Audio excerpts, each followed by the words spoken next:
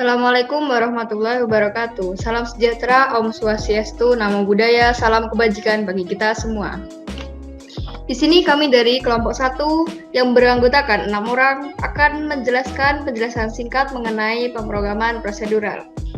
Pertama, kami akan membahas tentang paradigma pemrograman prosedural dari segi pandang sejarahnya. Diawali dengan paradigma pemrograman yang disebut dengan imperatif programming. Nah, imperatif programming ini merupakan paradigma awal dalam pemrograman komputer yang didasari pada cara kerja komputer di tingkat paling rendahnya yang mengeksekusi instruksi satu persatu secara berurutan. Kemudian program pun akhirnya ditulis dengan suatu untaian instruksi berbentuk statement. Nah, imperatif programming ini juga merupakan paradigma memprogram dalam bahasa mesin ataupun assembly. Kemudian, dengan adanya block based dan counterflow, itu akan merubah imperatif programming menjadi struktur programming. Dengan adanya prosedur di dalam struktur programming, itu akan mengubahnya menjadi procedural programming.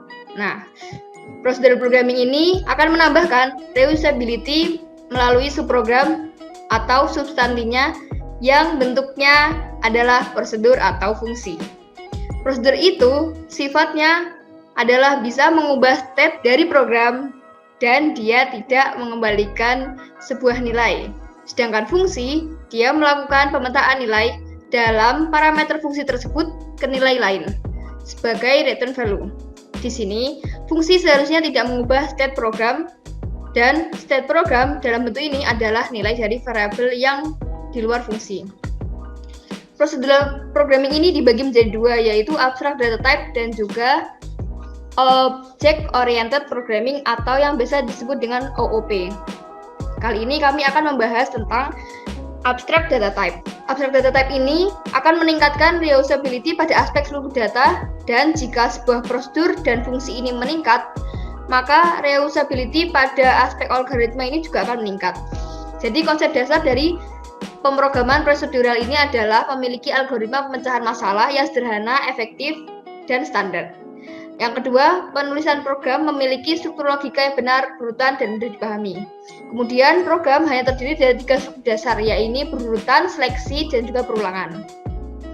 Selanjutnya, program ini memiliki dokumentasi yang baik dan menghindari penggunaan pernyataan goto yang akan menjadikan program menjadi tidak terstruktur dengan baik. Selanjutnya yaitu mengenai perbedaan pemrograman prosedural dengan object oriented programming. Adapun perbedaan yang pertama yaitu pada POP atau prosedur oriented programming. Yang pertama yaitu tipe data terbatas, yaitu bawaan dari bahasa pemrogramannya sendiri. Yang kedua yaitu mengenai alat pemodelan, yaitu data flow diagram, entity relation diagram, dan state diagram. Yang terakhir yaitu data dan proses diolah secara terpisah. POP dapat diakses secara bebas, misalnya yaitu pada withdraw, deposit, dan transfer. Sedangkan OOP atau Object Oriented Programming yaitu memiliki sifat seperti tipe data banyak, yaitu entitas-entitas persoalan. Yang kedua yaitu alat pemodelan berupa objek diagram dan kelas diagram. Yang ketiga yaitu data dan proses digabung dalam satu paket yang disebut objek. Data pada OOP ini bersifat tidak global, yaitu tidak dapat diakses secara bebas. Misalnya kita ingin menggunakan e-banking pada HP kita harus membuat suatu akun terlebih dahulu. Kemudian operator-operator pada Python. Apa sih operator itu? Operator adalah simbol tertentu yang digunakan untuk melakukan operasi aritmatika maupun logika. Di sini contohkan sebagai 2 ditambah 3. Tanda tambah atau plus di sini berperan sebagai operator, kemudian angka 2 dan 3 berperan sebagai operan. Kemudian adapun 7 macam operator adalah sebagai berikut. Yang pertama adalah operator penugasan. Operator penugasan adalah operator yang digunakan untuk memberi nilai pada variabel. Misalkan X sama dengan 7, yaitu berarti nilai X adalah 7. Kemudian operator aritmatika. Operator aritmatika adalah operator yang digunakan untuk menjalankan operasi matematika seperti tambah, kurang, kali, dan bagi. Kemudian ada operator perbandingan. Operator ini digunakan untuk membandingkan dua nilai hasil membandingkan dua nilai. Kemudian hasil dari operator ini bernilai true atau false. Bisa dinyatakan sebagai X lebih besar daripada Y, hasilnya akan menjadi true jika nilai X lebih besar daripada Y, dan menjadi false jika nilai X lebih kecil daripada Y. Kemudian operator logika. Operator logika adalah operator yang digunakan untuk menjalankan operasi logika. Kemudian ada operator bitwise. Operator bitwise ini adalah operator yang melakukan operasi bit terhadap operan. Jadi di sini operan nilainya dirubah, operan yang nilainya baku diubah menjadi nilai bit, seperti 2 menjadi 10 dan 7 menjadi 111 dan sebagainya. Kemudian ada operator identitas. Operator identitas adalah operator yang digunakan untuk memeriksa dua buah nilai atau variabel yang apakah berada pada lokasi yang sama atau tidak. Dan yang terakhir ada operator keanggotaan. Operator ini digunakan untuk memeriksa suatu nilai variabel merupakan anggota dari sebuah data atau tidak. Oke, selanjutnya kita akan berdiskusi mengenai tipe data dasar pada Python. Jadi, tipe data dasar pada Python itu ada kode ya. Jadi seperti ini kodenya. Data type or simply type is a classification of data which tells the compiler or interpreter how the programmer intends to use the data. Ini source-nya dari Wikipedia. Jadi kita bisa simpulkan ya. Jadi kita bisa simpulkan bahwa tipe data itu adalah cara kita memberitahu komputer untuk mengelompokkan data berdasarkan apa yang dipahami oleh komputer. Nah, pada bahasa pemrograman Python sendiri itu ada beberapa tipe data yang benar-benar dasar, yaitu sebagai berikut: ada number, string, boolean, dan list. Yang pertama number. Number sendiri itu dibagi menjadi 3 bagian. Yang pertama yaitu integer. Integer adalah bilangan bulat, jadi ada 5, 10, 15, 125, 1000 dan lain-lain. Lalu ada float. Float itu merupakan bilangan desimal, jadi 1,1, 3,14, 5,5555 dan lain-lain. Dan yang terakhir adalah kompleks, yaitu bilangan imajiner, di mana dia menggunakan I, J, dan K. Contohnya ada 2I plus J. Selanjutnya yaitu adalah string. String itu selalu dikelilingi tanda petik. Jadi contohnya seperti ini. Ini string, ini kan ada tanda petiknya. Nah, tanda petik ini baik tanda petik yang hanya satu seperti ini ataupun dua seperti ini. Lalu selanjutnya ada tipe data boolean. Boolean adalah tipe data di mana nilainya hanya true atau false. Dan yang terakhir ada tipe data list, yaitu merupakan deretan string, angka maupun objek lain di mana dia nanti akan dikelilingi oleh square bracket seperti ini. Nah, ini masih tipe data dasar dan ada tipe-tipe data yang lain. Selanjutnya yaitu perintah input dan print pada Python. Input adalah masukan yang kita berikan ke program. Program akan memprosesnya dan menampilkan hasil outputnya. Input, proses, dan output adalah inti dari semua program komputer. Yang pertama, cara memasukkan input. Python sudah menyediakan fungsi input dan raw underscore input untuk mengambil inputan dari keyboard. Tetapi pada Python 3, fungsi raw underscore input ini sudah masuk ke dalam fungsi input saja.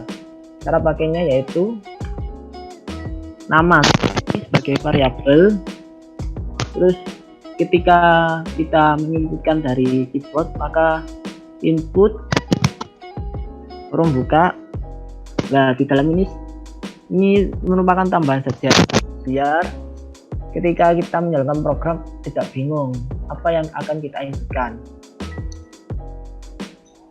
Nah, arti dari ini yaitu teks yang kita inputkan dari keyboard akan disimpan ke variabel nama ataupun variabel umur. Contoh ini ya. Nah, contoh nama. Inputan nama yaitu Budi, terus inputan umurnya berusia 18 tahun. Maka program akan mengoutputkan hello Budi, umur kamu 18 tahun. Yang kedua, cara menampilkan output. Untuk menampilkan output teks, kita menggunakan fungsi print. Contohnya yaitu print nama kamu, nama. nama ini variabel, berupa variabel. Misalnya nama kamu Benny. Koma ini sebagai misal antara inputan string sama variabel, atau bisa jadi menggunakan tanda plus, yaitu untuk menggabungkan teks dan variabel yang akan ditampilkan. Yang kedua itu menggunakan fungsi format. Fungsi format itu akan menggabungkan isi variabel dengan teks. Seperti contoh ini, kita menginputkan sebuah teks yang disimpan di variabel underscore sama nama underscore dia. Ketika kita akan menginputkan variabel tersebut, kita menggunakan tanda kurung kurawa buka dan tutup. Nah, dan dengan titik format kurung buka variabel yang akan diajukan.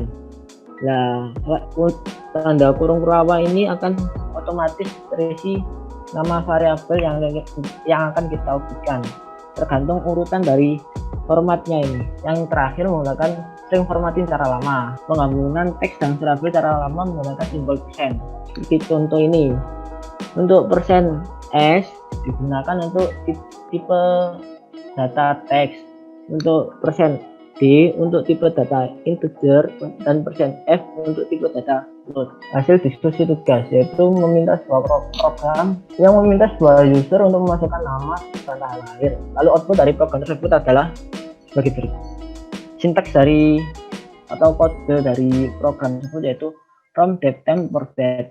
Ya, ini mengimport fungsi date dari library datetime. Selanjutnya yaitu kita menginput nama kita yang dimasukkan ke dalam variabel nama, menginput tanggal lahir yang bertipe data integer ke variabel tanggal lahir, menginputkan bulan lahir yang bertipe data integer ke variabel bulan underscore lahir. Yang selanjutnya kita menginputkan tanggal tahun lahir yang bertipe integer ke dalam variabel tahun underscore lahir.